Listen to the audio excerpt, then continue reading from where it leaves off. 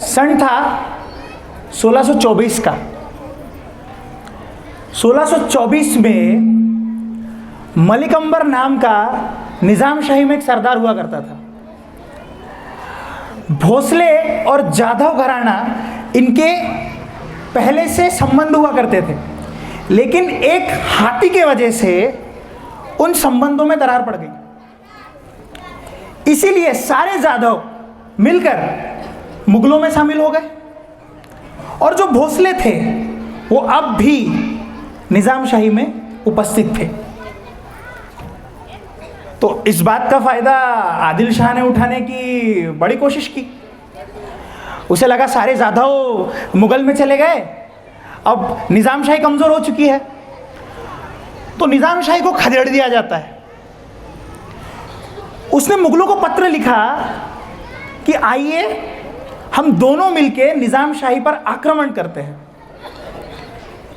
तो तय रहा।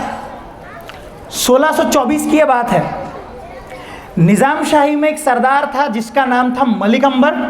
वो सबसे बड़ा सरदार था, उसकी उम्र थी 80 साल। और उसके बाद सबसे ज़्यादा कर्तव्यगार यदि कोई सरदार निज़ाम शाही में उस समय पर नौकरी पर था तो वो थे शहाजी राजे। उस समय पे शहाजी राजे निज़ाम शाही में उपस्थित थे। तो भातेवाड़ी का युद्ध शुरू हुआ। अब जिस जगह पर भातेवाड़ी में यह युद्ध हुआ उस जगह पर काळंदी नदी है और काळंदी नदी के ऊपर एक बांध के रखा गया है। निर्णय कुछ इस तरह से हुआ था कि प्रातः होते ही मुगल आक्रमण कर देंगे। यह बात जब शहाजी राजे को समझ में आई कि प्रातः होते ही नदी के पार से आक्रमण शुरू हो जाएगा और हम इस आक्रमण को रोक नहीं पाएंगे, तो शहाजी राजे ने कहा कुछ नहीं करना है, आपके पास में कुछ भी सामान होगा, कुल्हाड़ हथौड़े सब एकत्रित करते हैं और उस धरण को जाके तोड़ते हैं। रातों रात उस धरण का दरवाजा तोड़ दिया गया, वो बांध फूटा, सारे मुगल बह गए। ये जो सीन भातेवाड़ी का हुआ है, ये सीन आपने कहीं ना कहीं देखा होगा। आप अगर मूवीज अच्छे से देखते होंगे तो आपको ये याद आएगा कि बाहुबली 2 करके एक मूवी आई थी।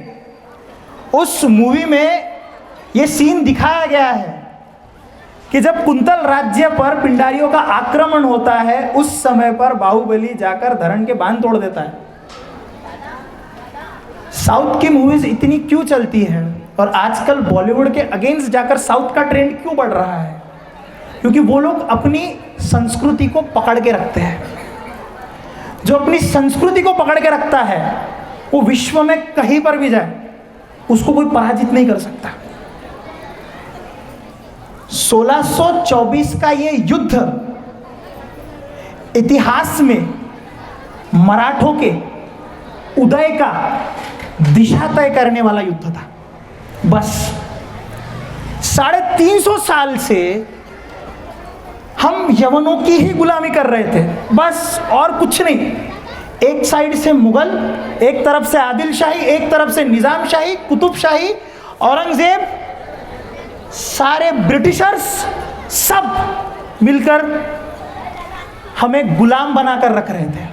और 1630 में एक अग्नि ने एक अग्निवीर को जन्म दिया, दशानन के सामने राम के जैसा, जरासंध के सामने भीम के जैसा।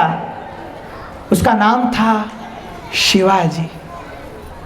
देखते देखते शिवाजी महाराज की ख्याति बढ़ने लगी, चारों ओर उनकी ख्याति फैलने लगी। लेकिन ये सब होते हुए आदिल शाह को सहन नहीं हो रहा था। शाहजी राजा जब बंगलोर गए, छोटे से थे, 12 साल के होंगे, बंगलोर गए। बंगलोर में शाहजी राजा से मिलने गए, आदिल शाह के दरबार में खड़े हैं। तो शाहजी राजा ने कहा, शिवाजी मुजरा करिए, सामने सल्तनत बीजापुर है, झुकिए। और शिवाजी ने कहा, हम किसी के आगे नहीं झुकते। शाहजी राजा ने कहा, ले जाओ इसे। तो आदिल शाह ने कहा, बच्चा है, जान दो फर्जंद। शाहजी राजा को फर्जंद कहा जाता था। बच्चा है, जान दो फर्जंद, डर गया होगा। और ये बात जाते जाते महाराज ने सुनी और महाराज पलटे और कहा, हम किसी से नहीं डरते। शिवाजी राजे को वहां से ले जाया गया और शाहजी राजे गुस्से में आग बबूला होकर माँ जिजाऊ के कमरे में गए और उनसे पूछा, तुमने क्या सिखाया अपने बच्चे को? सल्तनत बीजापुर के सामने जाके कहता है, हम किसी से नहीं डरते, ये सर किसी के आगे नहीं झुकता। तो आओ जिजाऊ ने पूछा, राजे ऐसा क्यों किया? तब शिवाजी राजा ने उत्तर दिया, आओ साहब, आप ही ने तो सिखाया था ना कि यार यदि ये सर झुके तो सर झुके केवल भगवा के आगे, या सर झुके तो केवल हमारी प्रजा के आगे, इसके अलावा ये सर किसी के आगे झुकना नहीं चाहिए। 12 साल के थे राजे, सिर्फ 12 साल के। शाहजी राजे ने जब ये उद्गार सुने तो उन्हें लगा कि जो प्रयत्न मैंने एक स्वतंत्र स्वराज्य बनाने की कोशिश की थी, वो स्वराज्य का सपना अब मेरा लड़का देखेगा। उन्होंने एक ध्वज दिया, एक स्वतंत्र मुद्रा दी और शिवाजी महाराज को पुणे में रवाना किया। राजे अब 16 साल के हो गए, 1646 का साल है। महाराज के जितने भी राज व्यवहार के पत्र रहते थे उनमें राज मुद्रा छपी हुई रहती थी। राज मुद्रा में छपा हुआ रहता था, प्रतिपंच चंद्र लेखे व वर्धिष्णु विश्व वंदिता साह सुनो शिव सैसा मुद्रा भद्राय राजते। ये आदिल शाह के आंखों में चुभ रहा था। 1648 का साल है। आदिल शाह ने फतेह खान को भेजा और शिवाजी महाराज ने उस फतेह खान को भी शिकस्त दे दी। नाम फतेह खान, शिकस्त दे दी, फतेह नहीं मिल पाई उसे। शिवाजी राजे अपना साम्राज्य विस्तार कर रहे थे और तभी आदिल शाह ने एक चाल चली। सोते हुए शाहजी राजे को आदिल शाह ने कैद कर लिया। शिवाजी महाराज को लगा स्वराज्य का सपना अब नास्ते नाबूद हो जाएगा। रुको, आओ जिजाऊ ने कहा, सुनो राजे, ये स्वराज्य ना तो मेरा है, ना तुम्हारा है और ना तुम्हारे पितृतुल्य का है। ये स्वराज्य प्रजा का है। और बस युक्ति लड़ाई गई। शिवाजी महाराज ने मुगलों को पत्र लिखा और कहा कि हम आपके साथ युति करेंगे। इस बात से आदिल शाह बौखला गया और आदिल शाह ने कहा, ठीक है, हम शाहजी राजे को कैद से छोड़ते हैं। और अगले 7 से 8 साल तक शिवाजी महाराज ने एक भी युद्ध नहीं किया, एक भी नहीं। शिवाजी महाराज नीतियाँ सीख रहे थे, शिवाजी महाराज अपना एडमिनिस्ट्रेशन स्ट्रॉन्ग कर रहे थे, कोई युद्ध नहीं है। 1654 का साल था, 1654। शिवाजी महाराज के बड़े भाई यानी कि संभाजी राजे कनकगिरी में अफजल खान ने उन्हें पकड़ के मार दिया। तब भी शिवाजी महाराज ने कोई प्रतिक्रिया नहीं दी। लेकिन 1656 में जावड़ी में जाकर शिवाजी महाराज ने चंद्रराव मोरे को पकड़कर मारा। और ये सब होने के बाद अब जावड़ी में शिवाजी महाराज ने जिस समय पर पैर रखा, ये अफजल खान को सहन नहीं हुआ। तो अफजल खान ने कहा कि अब मैं शिवाजी को जिंदा या मुर्दा पकड़कर लेके आऊंगा और यहां से शुरू होता है हमारे पावनखिंड का इतिहास। अफजल खान ने ऐलान कर दिया। 35,000 की सेना लेके निकला था अफजल खान, 35,000 की। 1659 में अफजल खान निकला। मार्च का महीना था। 1659 मार्च के महीने में जब अफजल खान निकला, शिवाजी राजे को बात ये जब पता चली, शिवाजी राजे ने अपने गुप्तहेरों से कहा, इसका निशाने हत्ती पहले मारो। उसका नाम था फतेह शिकस्त, उसके हाथी का नाम था। और शिवाजी महाराज ने आज्ञा की, इसकी हाथी मार दो। उस समय पे जब भी कोई व्यक्ति युद्ध पर निकलता है और निकलते वक्त यदि उसका हाथी मारा जाता है तो अपशगुन समझा जाता है। साइकोलॉजिकली उसे ट्रैप किया जा रहा था। वो साइकोलॉजिकली पहले ही ट्रैप हो गया इस चक्कर में कि मैं शिवाजी से जीत नहीं पाऊंगा और जिंदा वापस लौटकर नहीं आऊँगा, अफजल खान ने अपने 60 बीवियों का कत्ल कर दिया। एबे कैरे ने उनकी कब्र ढूंढ के निकाली है, बंगलोर के पास में उनकी सारी कब्रें, उन्हें पता था वो वापस नहीं आने वाला, इतनी दहशत थी शिवाजी महाराज की। 60 पत्नियों का कत्ल किया और फिर वो स्वराज्य में निकला। 35,000 की सेना लेके निकला था वो, 35,000 की सेना, उस समय अफाट सेना। अफजल खान इतना नीच, शाहजी राजे को कैद किया, संभाजी राजे को पकड़ के मारा, कस्तूरी नंदन को मारा। राजे की उम्र क्या थी? सिर्फ 29 साल। महाराज सिर्फ 29 साल के थे। ये धूर्त अफजल खान इतना बड़ा शत्रु स्वराज्य का, इतना बड़ा संकट स्वराज्य पर आने वाला था और बस तय था। समूचे हिंदुस्तान को लगा कि शिवाजी का इतिहास अब खत्म है। मुगलों को लगा शिवाजी गया, आदिल शाह को लगा शिवाजी गया। वाई के जंगल में आके रुका था ये, और महाराज ने उसे पत्र लिखा है। सबसे होशियार कर्तव्यगार वकील को बुलाया गया महाराज के, गोपीनाथ पंत, और गोपीनाथ पंत जी से कहा कि काका सुनो मेरी बात, आपको जाके उससे बात करनी होगी। ये जब मार्च के महीने में आया, आने के बाद इसने मंदिर लूटे, लोगों को परेशान करना शुरू किया, लेकिन तकरीबन 7 से 6 महीने तक शिवाजी महाराज ने कोई भी प्रतिक्रिया अफजल खान को नहीं दी है। वो चाहता था कि शिवाजी मैदान में उतरे और मैं इसका सुपड़ा साफ कर दूं, कोई प्रतिक्रिया नहीं है। महाराज ने तकरीबन 6 महीने तक एक प्रतिक्रिया नहीं दी, बस शांत।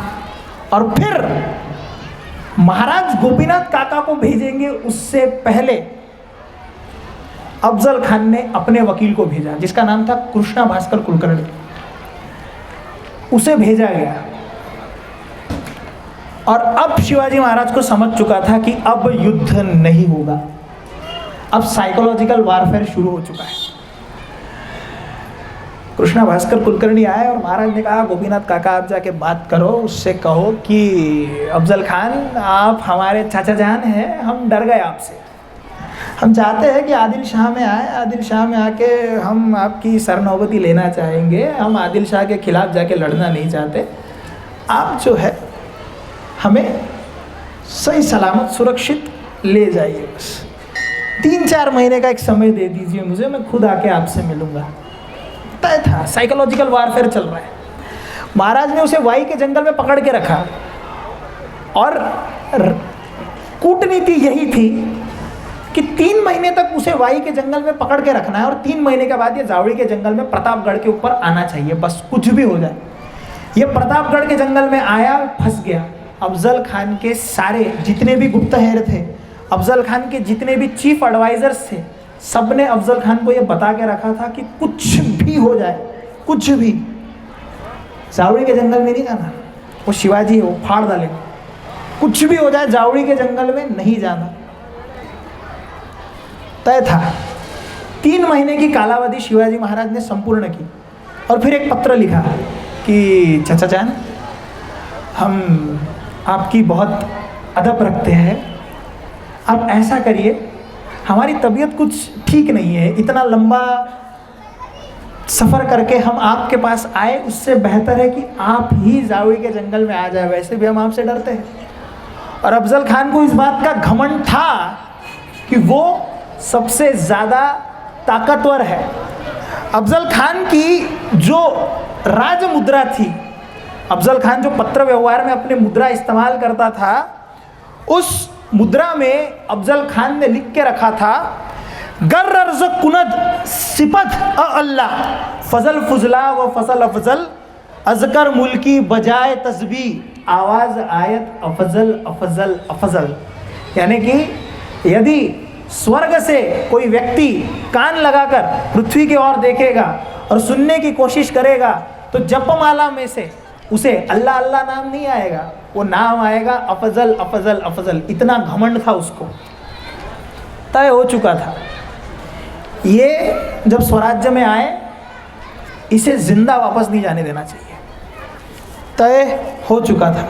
सबने कहा राजे आप खुद जाकर स्वयं उससे मत मिलिए। आप बहुत ज़्यादा जवान हैं, 29 साल के थे शिवाजी राजे। सबने कहा राजे आप मत जाओ, ये बहुत धूर्त है।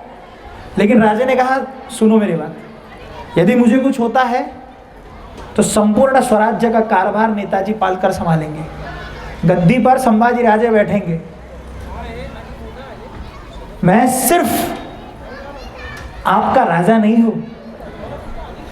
स्वराज्य का, इस मराठी का अभिमान और स्वाभिमान रखने की जो मुहिम है वो भी मैंने शुरू की थी और इसे ही मुझे आखिरी तक ले जाना होगा, बस तय था। 10 नवंबर 1659 दिन तय हुआ कि अब जाके मिलना है। प्रतापगढ़ पर अफजल खान को बुलाया गया। प्रतापगढ़ाच्या पायथ्यावरती अफजल खान आला। पायथा म्हणजे हिंदी में उसे कहते हैं कि पैरों के तलक, यानी कि ना तो गढ़ के पूर्ण ऊपर और ना ही संपूर्णतः नीचे, गढ़ के दोनों भाग के कहीं तो बीच में ये मिलन होने वाला था। छावनी सजाई गई। राजे ने पत्र लिखा, हम सुबह सवेरे तो मिलने नहीं आ पाएंगे, हम दोपहर को आ जाएंगे आपसे मिलने। ये जो 3 महीने की कालावधि शिवाजी राजे ने मांगी थी, उस 3 महीने की कालावधि में शिवाजी राजे ने अपने आप को संपूर्णतः तैयार किया था। 3 महीने में शिवाजी महाराज ने अपने गुप्तहेरों से ये जान लिया कि उसकी सेना में क्या क्या है। तो ये पता चला कि अफजल खान 200 अरबी घोड़े लेके आ रहा है। तो महाराज ने कहा ट्रेनिंग शुरू करो, 200 अरबी घोड़े कैसे चलाते हैं उसकी ट्रेनिंग शुरू करो। शिवाजी महाराज के साथ में एक व्यक्ति था जिसका नाम था संभाजी कावजी। ये अफजल खान के ऊंचाई का कदकाठी वैसी ही थी उसकी। तो रोज शिवाजी महाराज उसके साथ मल्ल युद्ध की प्रैक्टिस किया करते थे कि कभी अफजल खान ने मुझे बगल में अगर दबा दिया तो मैं निकलूंगा कैसे। रोज ये खेल होता था, रोज प्रतिदिन। दिन तय हुआ और अफजल खान से मिलने की बारी आई। शिवाजी महाराज के साथ में 10 सैनिक थे, अफजल खान के साथ में 10 सैनिक थे। यही तय हुआ था कि मेरे तरफ से 10 आएंगे, तुम्हारे तरफ से 10 आएंगे। अफजल खान की सेना में एक व्यक्ति था जिसका नाम था बड़ा सैयद, जिसे आप सैयद बंडा कहते हो। उसका नाम था बड़ा सैयद। वो बड़ा सैयद इतने नागिन के जैसे दंडपट्टा चलाता था कि उसके तोड़ का यदि कोई व्यक्ति होगा तो वो थे सिर्फ जीवा महाला। सिर्फ जीवा महाला ऐसे थे कि जो नागिन के जैसे दंडपट्टा चला सकते थे। तो पर्सनल बॉडीगार्ड सिर्फ 2 रखे गए जो शामियाना के अंदर जाएंगे और बाण मारने के बाद जितनी दूरी तय होती है उस दूरी पर तकरीबन 9 लोग खड़े रहेंगे। तय था 10 नवंबर को ये होने वाला था। सब शामियाना के पास गए, शामियाना के अंदर गए। राजे को पता था कि ये मार सकता है। राजे पहले ही अलर्ट थे। महाराज ने अपने दाहिने हाथ में अंगूठियाँ पहनी। वो दिखने के लिए सिर्फ अंगूठियाँ थी, अंदर से एक मेटल की प्लेट हुआ करती थी। वो मेटल की प्लेट अंदर से थी, बाहर से अंगूठियाँ थी। उस पर मेटल के बाघ नख थे और बाघ नख पहन के राजे गए। शरीर पे पूरा चिलखत पहना हुआ था, जिसे तुम बुलेट प्रूफ जैकेट कह सकते हो। सर के ऊपर मेटल कैप थी, उसके ऊपर जीरेदार टोप पहना था शिवाजी राजे ने कि अगर कोई सर पे घाव करेगा तो वो सर पे घाव होना नहीं चाहिए। इतने अलर्ट शिवाजी राजे गए थे। 10 लोगों में से एक जन के हाथ में शिंग्या दिया गया था। शिंग्या यानी कि एक इंस्ट्रूमेंट होता है, हम बड़ा तुतारी सुनते हैं वैसे छोटा सा एक शिंग्या होता है कि यदि छावनी के अंदर हलचल शुरू होती है, कोई व्यक्ति ये नहीं देखेगा कि छावनी के अंदर कौन मारा गया, राजे मारे गए या खान मारा गया। सिर्फ ध्यान इस बात पे होना चाहिए कि छावनी के अंदर हलचल शुरू हो चुकी है, इसका मतलब कोई ना कोई मरने वाला है। जैसे ही हलचल शुरू हुई, एक व्यक्ति शिंगा फूकेगा, दूसरा व्यक्ति गढ़ की ओर दौड़ेगा और गढ़ पे जाके तोपों की आवाज होगी। अफजल खान ने 35,000 की सेना लाई थी। सारी की सारी सेना जावड़ी के जंगल में पकड़ के रखी गई थी और ये सारे मावड़े जंगल में झाड़ों के ऊपर जमीन के नीचे छुप के बैठे थे। निर्धार कर चुके थे सारे, 35,000 की सेना लेके आया ना, एक आदमी जिंदा वापस नहीं जाना चाहिए, एक आदमी जिंदा वापस नहीं जाना चाहिए, बस तय हुआ। राजे शामियाने की तरफ बढ़े, छावनी के अंदर घुसे। जाते ही वहाँ पर सैयद बंडा ज़्यादा करीब खड़ा था। तो राजे ने गोपीनाथ जी से कहा मुझे इसका डर लगता है, इससे कहो थोड़ा दूर रहे। तो अफजल खान को ये बात सच लगने लगी कि अब तो राजे डर गए, अब शिवाजी डर चुका है, मुझे कोई प्रोटेक्शन की जरूरत नहीं है। उसने सिर्फ अपने कमर में एक खंजीर छुपा के रखी थी। राजे के हाथ में बागनख थे और राजे के कमर पट्टे में एक कृपानिका थी, जिसे आप मराठी में कट्यार कहते हो। ती कृपानिका घेऊन महाराजांनी आपल्या कमर पट्ट्यात लपवून ठेवलेली होती आणि अफजल खानाला खात्री पटलेली होती की राजे घाबरले आहेत, बस ठरला। राजे सामने बढ़े और अफजल खान ने बगल में दबा दिया और हलचल हुई शामियाने में। उसी तरह से उस शिंगिया ने शिंगा फूका, एक आदमी दौड़ते हुए प्रतापगढ़ की ओर दौड़ा और पूरे प्रतापगढ़ में कलाहोल मच गया। खान की राज साधी आपल्या घरात डिलेव्हरीची जर खबर बातमी असली ना तरी सुद्धा आपण येरझारे मारत असतो। त्या प्रतापगडावरती काय परिस्थिती झाली असेल, आतमध्ये काय सुरू आहे, खान की राजा राजा की खान की राजा, प्रत्येक माणसाचे डोळे त्या माणसावरती टपारून उभे होते की हा व्यक्ती आलाय, सांगतोय काय, खान की राजा कौन है वो व्यक्ति, कौन गया।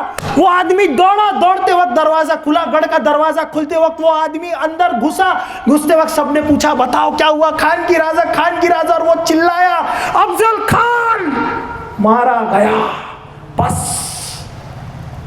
हर्षोल्लास, क्या उल्लास रहा होगा, क्या क्षण रहा होगा। अफजल खान को इस बात का घमंड था कि स्वर्ग से यदि कोई नीचे देखता हो तो आवाज आता होगा अफजल अफजल अफजल। 2 मिनट में शिवाजी महाराज ने खोल डाला उसको, कट्यार घुसाई, खूंच के खींच डाला। अफजल खान को जब मारने के बाद सैयद बंडा ने शिवाजी महाराज पर वार करने की कोशिश की और उसी क्षण जीवामाला ने अपना दंडपट्टा घुमाया और सैयद बंडा के हाथ छाट दिए और महाराष्ट्र में कहावत बन गई कि होता जीवा म्हणून वाचला शिवा।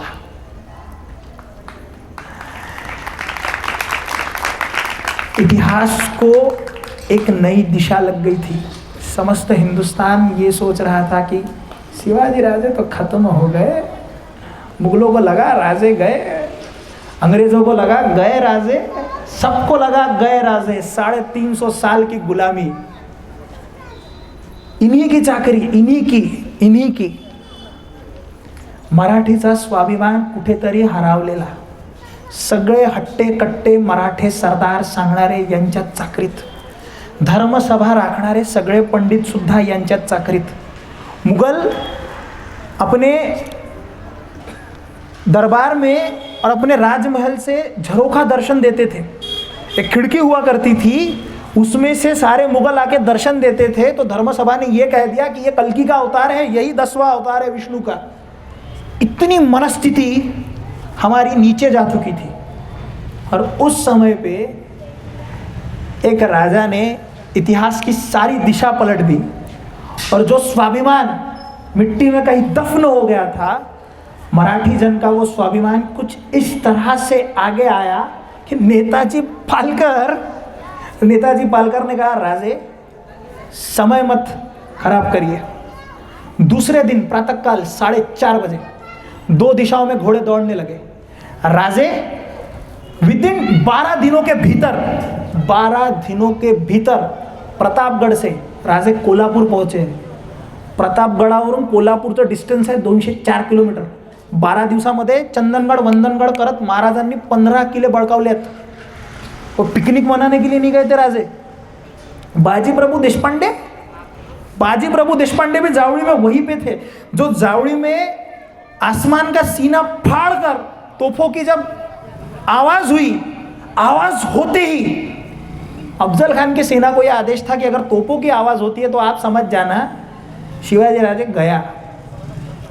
राजे के सेना को यह आदेश था कि जैसे ही तोपों की आवाज होगी तुम्हें यह नहीं सोचना है कि अंदर क्या हो रहा है, फाड़ डालना सबको। आसमान का सीना चीर के जमीन फाड़ के सारे मावड़े बाहर निकले और सब काटने लग गए। हर हर महादेव की नारे गूंजने लगे। यहां से भागे या वहां से भागे। जावड़ी के जंगल में दो जगह है निकलने की। एक जगह पे तानाजी मालुसरे अपनी सेना के साथ खड़े थे और दूसरी जगह पे बाजी प्रभु देशपांडे खड़े थे।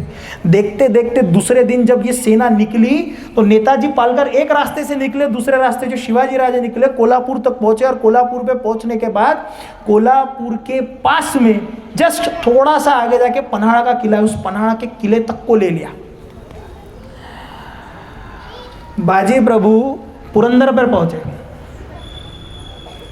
पुरंदर का सैयद खान या आदिल शाह का सरदार था वहां पे, और तो बेटा लाला बाजी प्रभु ने। बाजी प्रभु ने कहा देखो हम युद्ध नहीं चाहते, किला जो है तुम हमारे हवाले कर दो। और इसने कहा नहीं करेंगे तो। बाजी प्रभु उठे, आपलं धोतर भीतर सावरलं, काट डालेंगे सबको, एक आदमी जिंदा नहीं जाएगा किले से, सब मारे जाओगे सब, चुपचाप चाव्या द्या और निगाह। 18 दिनों के भीतर 21 किले स्वराज्य में प्राप्त हुए थे। छोटी कामगिरी नहीं थी ये। जो भूकंप प्रतापगढ़ पर आया था उस भूकंप के जितने भी हलचल हुई थी वो हलचल आगरा तक पहुंची, वो हलचल आदिल शाह तक पहुंची। कोल्हापुर से सिर्फ 2 या 3 दिन के दूरी पर है बीजापुर सल्तनत। नेताजी पालकर ने कहा कि मैं आदिल शाह को पकड़ के लाता हूं, लेकिन नेताजी थक चुके थे तो मुहिम रोकनी पड़ी। और अब शिवाजी महाराज को यह पता था कि अब कोई ना कोई सरदार आदिल शाह भेजेगा और कोई ना कोई सरदार औरंगजेब भी भेजेगा। 1660 फरवरी का महीना, औरंगजेब ने अपनी तरफ से स्वयं खुद अपने मामा को भेजा। 19 फरवरी 1660 शाइस्ते खान अहमदनगर में पहुंचता है और मार्च के महीने में सिद्दी जोहर आदिल शाह से निकल के आता है। और यह बात शिवाजी राजे को पता थी कि हमें किसी ऐसे जगह पर जाके रुकना होगा जहां से सिद्दी जोहर को यह बात पता चले कि भैया हम पन्हाड़ा के किले में रुके हुए हैं। यदि पन्हाड़ा बंगलोर के बॉर्डर पे आती है, थोड़ा पास है वहां से, यदि शिवाजी राजे राजगढ़ या रायगढ़ या कोई और किला चुनते उस समय पर, तो हो सकता था सिद्दी जोहर स्वराज्य में बहुत अंदर तक घुसता और शाइस्ते खान से यदि वो मिल जाता तो दोनों मिलके स्वराज्य को नास्ते नाबूद कर देते। तो शिवाजी राजे ने युक्ति लड़ाई कि हम पन्हाड़ा पे रुकते हैं और पन्हाड़ा पे रुकने के बाद सामने से सिद्दी जोहर जब आएगा तो वो पन्हाड़ा को घेर लेगा और यहीं पे उसे रोक दिया जाएगा। तय हुआ। फरवरी और मार्च के महीने में राजे ने पन्हाड़ा गढ़ पे गए, वहीं पे रुके रहे। सिद्दी जोहर ने बाहर से घेरा पक्का करना शुरू कर लिया। बस शाइस्ते खान पुणे में हुड़दंग मचा रहा था। यहां पर राजे ने पन्हाड़ा पे सिद्दी जोहर को रोक के रखा था। 1 महीना 2 महीना छोटे छोटे युद्ध होते थे, छोटे छोटे युद्ध। अब ये टोपी वाले माकड़ भी आके इनसे मिल गए। टोपी वाले बंदर कौन थे? अंग्रेज। इन्होंने अपने तोपखाने सिद्दी जोहर को लाके दे दिए। महाराज ने कहा ये देखना बाजी, ये जो जितने भी टोपी वाले ये लाल मुंह के बंदर है ना, ये किसी दिन अपनी तोपों से समस्त हिंदुस्तान को नास्ते नाबूद करने की कोशिश करेंगे। ये महाराज ने उस समय कहा था। 1660 की वार्ता है ये। रोज छोटे छोटे युद्ध होते थे। कभी मावड़े नीचे घुसते थे, छावनी में जाके तमाशे करते थे, वापस आके फिर घुस जाते थे। कभी तोप चलती थी, कभी वहां से तोप चलती थी। तकरीबन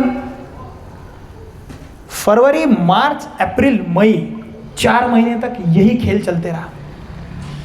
और अब बरसात का महीना आने वाला था और शिवाजी राजे को यह समझ गया था कि यही मौका है कि अब हमें पन्हाड़ा से निकलना होगा, क्योंकि यदि अब हम पन्हाड़ा से नहीं निकलेंगे तो बरसात खत्म होने के बाद शाइस्ते खान समस्त स्वराज्य को उद्ध्वस्त कर देगा। तो युक्ति लड़ाने लग गए, करना क्या है। बाजी प्रभु को बुलाया गया। बोले बाजी आप हमारे लिए पितृतुल्य समान हैं, आप कुछ सोचिए। बाजी ने कहा, राजे खुले मैदान में जाते हैं और मारते हैं सबको। महाराज ने कहा, इस धाड़स के लिए तो हमने, इस ताकत के लिए तो हमने स्वराज्य का निर्माण नहीं किया कि खुले मैदान में जाके अगर हम लड़ेंगे और यदि हमें मृत्यु आती है तो हमें मृत्यु आए, फिर हमारा राज्य चले जाए, ये मूर्खता हम नहीं करेंगे। कुछ ऐसी युक्ति बताओ कि यदि ये गढ़ चले जाता है, ये गढ़ हम फिर से वापस ले लेंगे, लेकिन हमारा जिंदा बचना बहुत ज़रूरी है और सबका जिंदा बचना ज़रूरी है। बस तय हुआ।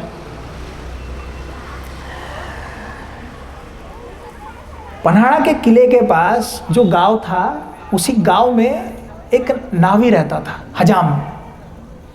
उसका नाम था शिवा काशिद। बाजी प्रभु उससे भले भांति वाकिफ थे। तो बाजी प्रभु ने शिवा काशिद को बुलाया और शिवा काशिद से कहा, शिवा जरा शिवाजी राजे के कपड़े पहन के आना। ये शिवाजी राजे का प्रतिरूप था। आज के समय में हमने ये देखा होगा कि जब ओसामा बिन लादेन गायब होता था तो ऐसा कहते थे कि उसके 7 से 8 डुप्लीकेट्स हैं। डुप्लीकेसी की ये सिस्टम शिवाजी महाराज के समय में भी थी। महाराज के जैसे दिखने वाले 3 से 4 लोग हमेशा मौजूद हुआ करते थे। उसी में से एक था शिवा काशिद। बोले, राजे के जैसे कपड़े पहन के आओ, जरा देखूं तो मैं तुम कैसे दिखते हो। वो कपड़े पहन के आया, हुबेहूब शिवाजी, हुबेहूब शिवाजी महाराज, हुबेहूब। बाजी ने कहा, एक कर्तव्यगारी देनी है तुम्हें। शिवा काशिद ने कहा, अरे बाजी बताओ तो, हमने हमारी जान स्वराज्य के लिए कब से न्यौछावर करके रखी है, बताओ करना क्या है। लेकिन एक बात याद रखना शिवा, जान जा सकती है। राजे जान तुम्हारी है, बाजी जान तुम्हारी है। राजे, हमने हमारे राजे के ऊपर कब की है जान न्यौछावर कर दी है, तुम बस बताओ। तय रहा। शिवा काशिद को सारी युक्ति बताई गई। अब ये युक्ति लेकर शिवाजी महाराज के उसी वेश में बाजी शिवाजी राजे के आगे गए। शिवाजी राजे ने कुछ क्षण के लिए शिवा काशिद को देखा और शिवाजी राजे को लगा कि मैं खुद का प्रतिबिंब तो नहीं देख रहा। और युक्ति जो भी थी शिवाजी राजे को समझ गई और शिवाजी राजे ने कहा, बाजी तुम जो सोच रहे हो वो बेताल का खेल है, वो मौत का खेल है, ये कुछ भी मत सोचना। बाजी ने कहा, राजे हम चले गए तब भी चलेगा, लेकिन हमारे जैसे लाखों के बाजी को पालने वाला तुम्हारे जैसा ठाकुर जिंदा रहना चाहिए। राजे आम्ही गेलो तरी चालेल, पण लाखाचा पोशिंदा मात्र जिवंत राहायला पाहिजे राजे। ये तय हुआ था। राजे को कुछ समझ नहीं आ रहा था।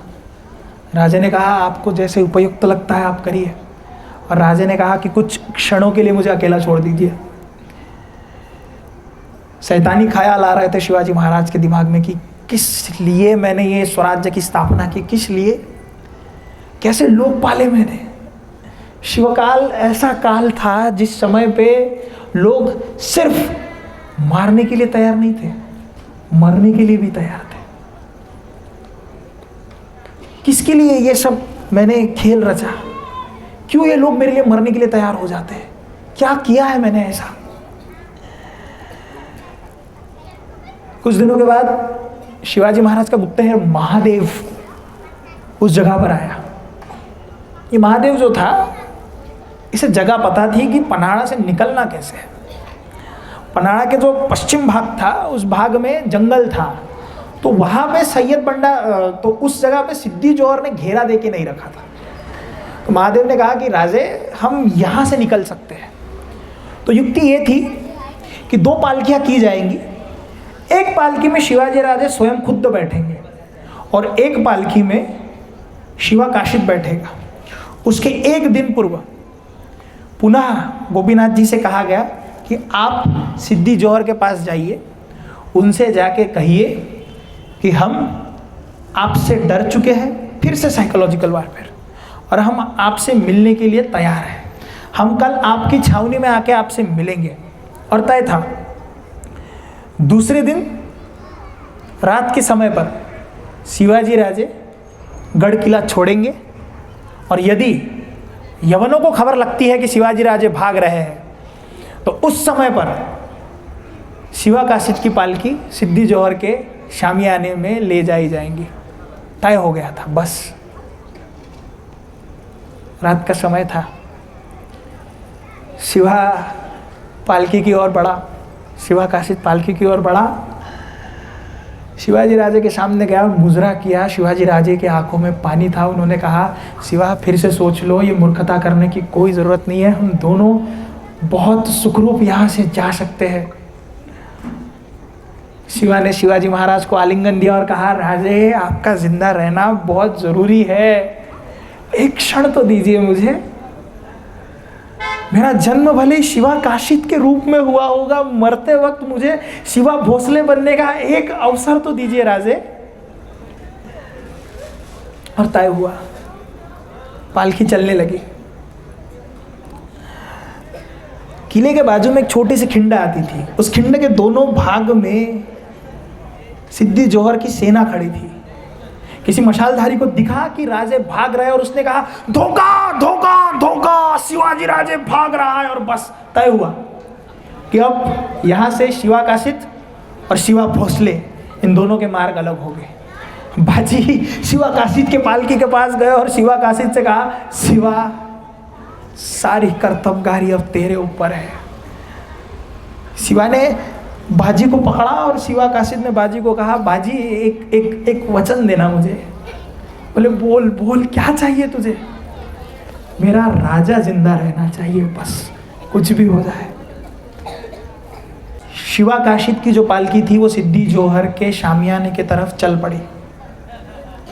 ये खबर जैसे ही सिद्दी जोहर को लगे कि शिवाजी राजे भाग रहे हैं, उसने सिद्दी मसूद को बुलाया और कहा कि जाओ सिद्दी मसूद, उस शिवाजी भाग रहा है उसको जाके पकड़ के लेके आओ। सिद्दी मसूद तातडीने उठला, पटकन निघाला आणि तेवढ्यात त्याला येताना एक शामियाना दिसला। उसे एक शामियाना एक पालखी आते हुए दिखी और वो रुक गया। अंदर देखा तो शिवा काशिद बैठा था। वो खुद पहचान नहीं पाया कि शिवा, उन्होंने देखा नहीं था ये शिवा काशिद है या शिवाजी महाराज है या शिवाजी भोसले है। तो सिद्दी मसूद ने पूछा, राजे भाग रहे थे? हाँ, प्रयोजन तो कुछ वैसा ही था। फिर क्या हुआ? जमा नहीं भागना। ठीक है, शामियाने में चलिए, सिद्दी जोहर जी आपका इंतज़ार कर रहे हैं, आइए। पालकी ले जाई गई। अंदर गए। अंदर जाने के बाद सिद्दी जोहर ने देखा, फाजल खान ने देखा।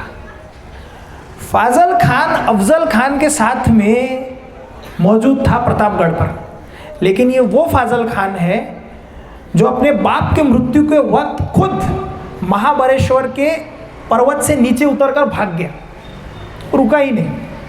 और उसे ये बात पता थी कि शिवाजी राजे के मस्तक पर कृष्णा भास्कर कुलकर्णी ने तलवार का घाव किया है। वो जानता था कि शिवाजी राजे के मस्तक के ऊपर घाव है और उसने कहीं तो शिवाजी राजे को देखा था।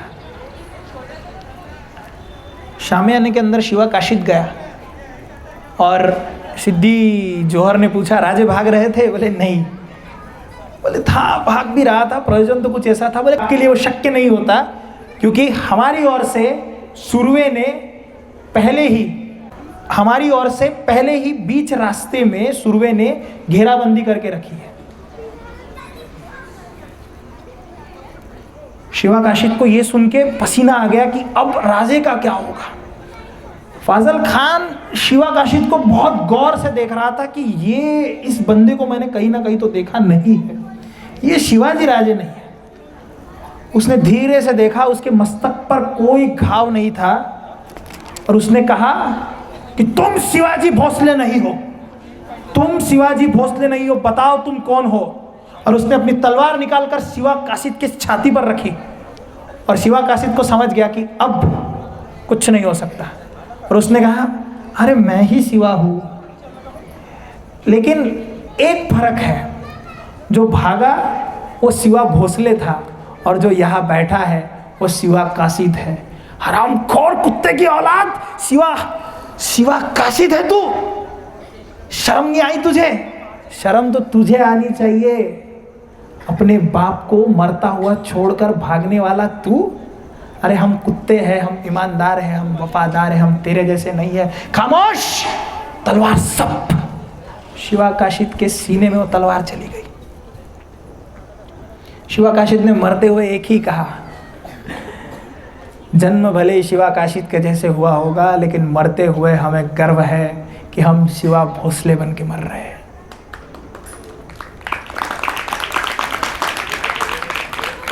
और सिद्धि जोहर ने सिद्धि मसूद को बुलाया और कहा कि सिद्धि मसूद जाओ, जल्दी जाओ और उस शिवाजी को पकड़ के लाओ, वो भाग चुका है।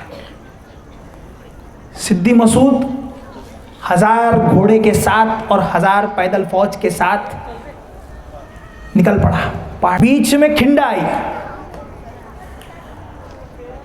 उस खिंड में शिवाजी राजे के पीछे से एक व्यक्ति आया और उसने शिवाजी राजे को बताया कि राजे, सारे यवन पीछे से आ रहे हैं, हम यदि आगे चले जाएंगे तो आगे जाने के बाद सूरवे ने ऑलरेडी घेर के रखा है। तो यदि हम आगे जाते हैं और पीछे से आने वाले जो घोड़दड़ है वो यदि इनसे आके मिल जाते हैं तो हम खुले मैदान में इनका सामना नहीं कर पाएंगे। हमें इसी वक्त, इसी क्षण, यहीं पर कुछ एक नया निर्णय लेना होगा। तो बाजी ने कहा फिर तय रहा। युक्ति कुछ इस तरह से थी कि 300 मावड़ों के साथ शिवाजी राजे आगे जाएंगे, तो वो 300 लोगों के साथ उसी खिंड में उपस्थित रहकर आने वाले जितनी भी सेना है उसी खिंड में उसे रोक के रखा जाएगा। तय था। रात के 9 बजे बाजी प्रभु देशपांडे के साथ 600 मावड़े निकले थे। बाजी प्रभु देशपांडे, फूलाजी देशपांडे, इन सभी के साथ सेना लेके, जेदे बांदल की ये सारी सेना लेकर ये निकले। और निकलने के बाद जब खिंड में पहुंचे, खिंड में पहुंचने के बाद शिवाजी राजे से कहा गया कि आप 300 लेके आगे जाइए, हम 300 लेके यहीं पे रुकते हैं। और शिवाजी राजे ने कहा, बाजी तुम फिर से बेताल का वो नंगा नाच कर रहे हो, मूर्ख हो तुम। हम जाएंगे तो साथ में जाएंगे, वरना कोई भी नहीं जाएगा। बाजी ने कहा, राजे देखिए, ये मुंह लड़ाने की बात नहीं है, आपको समझना होगा ठाकुर, यदि मेरे जैसा बाजी मर भी जाता है तो कोई गम नहीं, लेकिन आपके जैसा लाखों को पालने वाला ठाकुर जिंदा रहना चाहिए। आप जाओ राजे, जाओ, मैं यहीं पे पूरे खिंड में यवनों को रोक के रखता हूँ। बस जाने के बाद तोपों की 3 इशारत करना, ये बाजी समझ जाएगा मेरा राजा सुखरूप गढ़ पे पहुंच चुका है। और तब तक मैं आपसे वचन देता हूं कि यदि यम भी आया तो यम को भी पकड़ के रखूंगा कि मेरा राजा अभी तक पहुंचा नहीं है। ये डिसाइड हो चुका था। उस खिंड से, पावन खिंड से गढ़ की जो दूरी थी वो 3 घंटे के रास्ते पर थी, लेकिन बीच में सुरवे खड़े थे। तो वो 3 घंटे का युद्ध अब 9 घंटे तक चलने वाला था, 6 से 9 घंटे तक चलने वाला था। रात के 9 बजे ये लोग निकले थे। इन्होंने आखिरी में खाना कब खाया किसी को पता नहीं। बाजी प्रभु की उम्र थी 46 साल। एक हाथ में 7.5 किलो का दंडपट्टा, दूसरे हाथ में 7.5 किलो का दंडपट्टा, यानी 15 किलो का सिलेंडर लेके लड़ने वाले थे बाजी प्रभु उस समय पे। सिर्फ 300 मावड़े उस खिंड में। आने वाली जितनी भी सेना है वो सारी ताजी ताकत की सेना है, क्योंकि ये लोग रात से पैदल चलते हुए आ रहे हैं और बाकी आने वाले सब घोड़े पे आने वाले हैं। सारे के सारे ताकतवर लोग हैं और इनको यहाँ पे रोक के रखना है। डिसाइड हुआ, 300 की टुकड़ी बढ़ गई। पहाड़ के बीच में वो खिंड आती है। 50 लोग आगे रहेंगे, 50 लोग इनके पीछे रहेंगे, 50 लोग खिंड के ऊपर, 25 इधर 25 इधर रहेंगे। यदि कोई इन 50 को क्रॉस करके आगे आता है तो पीछे जो 50 खड़े हैं इनके ऊपर सारा दायित्व आएगा कि इन्हें आगे नहीं जाने दें। यदि इन्हें भी पार करके ये आगे आते हैं तो इन 25 और इन 25 पर ये दायित्व रहेगा कि ये पत्थरबाजी करेंगे। इन्हें भी पार करके अगर ये आगे आते हैं तो फिर से एक 50 की टुकड़ी वहां पर खड़ी थी, इन 50 को इनसे लड़ना होगा। फिर ऊपर में 2 टुकड़ियां फिर रखी गई और पीछे में टुकड़ियां रखी गई और इस तरह से गनीमी कावा वहां पे रचा गया। तय हुआ, युद्ध शुरू हुआ। सिद्दी मसूद अपनी सेना के साथ आया और उस खिंड में नारे गूंजने लगे, हर हर महादेव, सुभान अल्लाह, अल्लाहू अकबर, और तुंबड युद्ध सुरू झालं। रक्ताच्या चिलखंड्या आणि हर हर महादेवच्या आरोळ्या समस्त खिंड गूंज चुकी थी। बस उस दिन बाजी प्रभु रुद्र अवतार की तरह यवनों पे बरस चुके थे। यह युद्ध जब शुरू हुआ उस समय तकरीबन 9 बज चुके थे। ये युद्ध जब शुरू हुआ उस समय पे तकरीबन 9 बज चुके थे। हमने रात को कितने बजे खाना खाया है ये तक किसी को ज्ञात नहीं था। युद्ध शाम के 6 बजे तक चला। बाजी प्रभु जिस समय पे लड़ रहे थे, पैर के नाखून से लेकर सर के बाल तक एक ऐसी जगह नहीं बची थी जहां पे बाजी प्रभु के शरीर पर घाव नहीं होगा।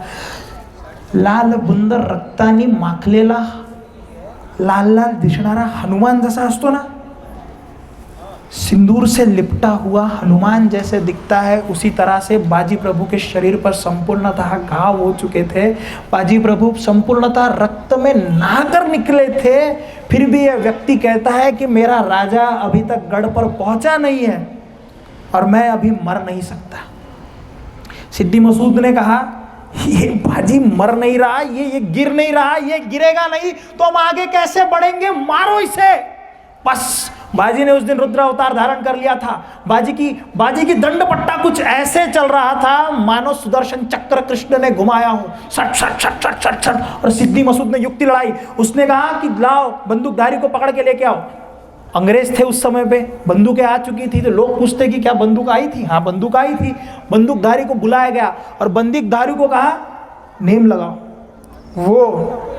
वो जो है ना, वो इनका सेनापति है। ये गिर गया, युद्ध जीत लिया, ये गिर गया, युद्ध जीत लिया। ये जो उत्तर है ना, अब सिद्दी मसूद ने बाजी प्रभु का वर्णन किया है। वर्णन सुनिएगा। सिद्दी मसूद ने बाजी प्रभु का वर्णन किया है। पूछा कौन है बाजी, किसे मारना है? बोले वो जो शेर की भांति लड़ रहा है वो है बाजी। उस नेमधारी ने देखा, अरे कौन है बाजी? बोले वो जो खून में लथपथ है वो है बाजी। अरे कौन है बाजी? तो उस बंदूकधारी ने कहा, सभी तो सेनापति के जैसे लड़ रहे हैं, सभी तो शेर की भांति लड़ रहे हैं, सभी तो खून में नहाए हुए हैं। उस दिन उस खिंड में एक बाजी नहीं 300 बाजी युद्ध कर रहे थे। बस नेमधारी ने बंदूक निकाली, नेम लिया, बंदूक चलाई, बंदूक की गोली बाजी के पेट में आकर लगी और बाजी गिरे। और उसी क्षण बाजी को यह अनुभूति हुई कि मेरा राजा अभी तक गढ़ पे नहीं पहुंचा, तोप की आवाज अभी तक आई नहीं। बाजी ने अपने कमर का शेला निकाला, अपना कमर का पट्टा निकाला, अपने पेट पर बांधा। यम आकर खड़ा था, यम से कहा खड़ा रह, मेरा राजा अभी तक गढ़ पर पहुंचा नहीं है। जब तक मेरा राजा नहीं पहुंचेगा तुझे मुझे ले जाने का अधिकार नहीं। और बाजी ने फिर से वो युद्ध करना शुरू किया। बस एका पाठोपाठ सेना येत आहे। हे कापतायत ते येत आहे। नवीन ताजा दमाची सेना आली, नए दम की सेना वहां पे आके खड़ी हुई। बाजी प्रभु लाल बुंद रक्त में खड़े हुए हैं। और उसी समय एक यवन ने कहा, मर जाओगे, हट जाओ। और बाजी प्रभु ने कहा, चल। ये युद्ध चलते रहा। सूर्य को वहां पे हराया शिवाजी महाराज ने।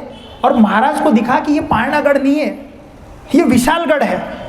राजे उसी तरफ दौड़े और कहा, तोपों की इशारत करो, मेरा बाजी वहां लड़ रहा है, बाजी वहां लड़ रहा है, तोपों की इशारत करो कोई।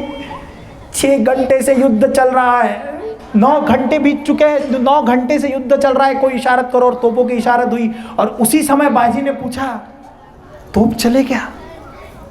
और किसी ने कहा, हाँ बाजी। और उसी समय बाजी ने अपने दोनों हाथों से दंड पट्टे नीचे छोड़ दिए और कहा, राजे को कहना तुम्हारा बाजी आखिरी क्षण तक लड़ा, मेरा निरोप देना राजे को, जय भवानी। कह के बाजी ने अपना प्राण त्याग किया। जिस समय पर शिवाजी राजे उस खिंड में पहुंचे। उस खिंड का नाम घोड़ खिंड है, पावन खिंड उसका असली नाम नहीं है। उस खिंड का नाम घोड़ खिंड है। लेकिन उस दिन हिमालय से निकलती हुई जैसे गंगा की धार थी, इन मावड़ों के रक्त से वो खिंड पावन हुई, इसीलिए उसका नाम पड़ा पावन खिंड। जिस समय पर बाजी को ले जाने के लिए और इन मावड़ों को ले जाने के लिए पीछे से मावड़े आए, एक भी मावड़े का शरीर एक टुकड़े में नहीं मिला, क्योंकि ये सब मरने के बाद 5,000 6,000 के घोड़े इनके शवों के ऊपर से गए, टुकड़ों में मिले थे, टुकड़ों में। कितना पागलपन। हमारे ज़िंदगी में हम जब कोई कार्य हाथ में लेते हैं ना, तो हमें ऐसे लगता है कि हमने बहुत कर लिया, बहुत सह लिया हमने। हम कुछ भी नहीं कर रहे। लोगों ने संस्कृती बचाने के लिए, लोगों ने देवारातले देव वाचवण्यासाठी, त्या देवळाचे कळस वाचवण्यासाठी, आया बहिणीची आबरू वाचवण्यासाठी, स्वराज्य बचाने के लिए, ये संस्कृति बचाने के लिए, उस देवालय में के देव बचाने के लिए अपने आप को भी उस देवलोक तक भेजा है।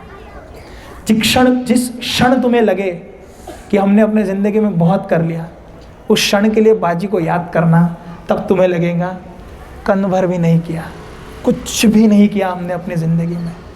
लोगों ने अपनी जान न्योछावर की है।